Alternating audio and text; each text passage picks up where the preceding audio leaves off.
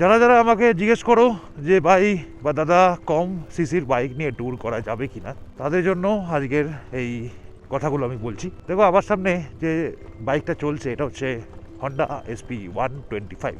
পার্থিব চালাচ্ছে এই হন্ডা এসপি 125। ট্রেলিং তো করছে, চটকপুর তো এলো, আসা তো যায়, রাইড তো করা যায়। রাইডের ক্ষেত্রে ফার্স্ট অফ অল যেটা সব থেকে বেশি ম্যাটার করে সেটা হচ্ছে ইয়োর স্কিল, তারপরে অন্য কিছু। ইন দ্যাট কেস বক্তব্য এটাই যে কম সিসির বাইক নিয়ে ট্যুর করা যায় না তা না, কিন্তু কিছু ক্ষেত্রে ট্যুরটা কমফোর্টেবল হয় না। মানে ধরো একদিনে তুমি টার্গেট করেছো একদিনে কলকাতা থেকে বেনারস যাবে, all about 700 kilometers. In that case, if you have a higher cc bike, not higher cc, mid cc bike like 350, 390, তাহলে সেক্ষেত্রে কি হবে, তোমার যে অ্যাভারেজ ক্রুজিং স্পিড তুমি হয়তো দেখা যাচ্ছে 100 মেনটেন করতে পারছো। সেম কেসে তুমি যদি একটা 100 সিসি বা 125 সিসি বা 150 সিসি বাইক নিয়ে রাইড করো, সেই স্পিডটা অ্যাভারেজ স্পিডটা তোমার নেমে আসবে 65 to 70-তে। তাহলে কি হবে, তোমার সময় বেশি লাগবে, ট্যুরটা অতটা বেশি কমফোর্টেবল হবে না।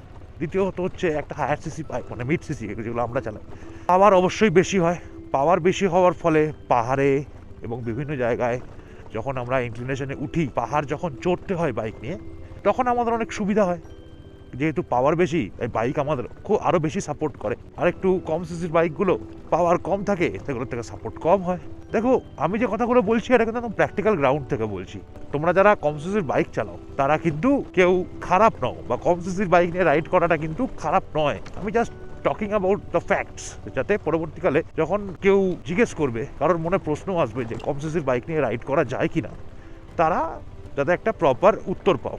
আরও একটা জিনিস যেটা আছে সেটা হচ্ছে বিল্ড কোয়ালিটি। দেখো একটা 125 সিসি বাইকের দাম কিন্তু সবসময় একটা 350 বা 300 সিসি বাইকের থেকে কম হবে। ফলে বিল্ড কোয়ালিটি, তারপরে টেকনোলজি, তারপরে অন্য সব ফিচার্স অবশ্যই তার থেকে কম থাকবে। So in that case safety একটা কনসার্ন হয়ে দাঁড়ায়। তো ব্যাপারটা কিছুটা এরকম যে বেঞ্চেও বসা যায়, আবার নরম সোফাতেও বসা যায়। কোন জায়গায় তুমি বেশিক্ষণ বসে থাকতে পারবে, বেঞ্চে না নরম সোফায়?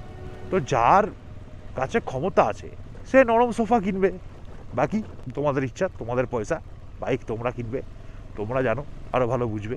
কথাগুলো যেটা বললাম সেটা জাস্ট মাথায় রেখো, তাহলেই অনেক সুবিধা হবে। That is all. তুমি কি মনে করো, আমি কি কথাগুলো ভুল বললাম না ঠিক বললাম? এটা কিন্তু আমাকে অবশ্যই কমেন্টে জানিও।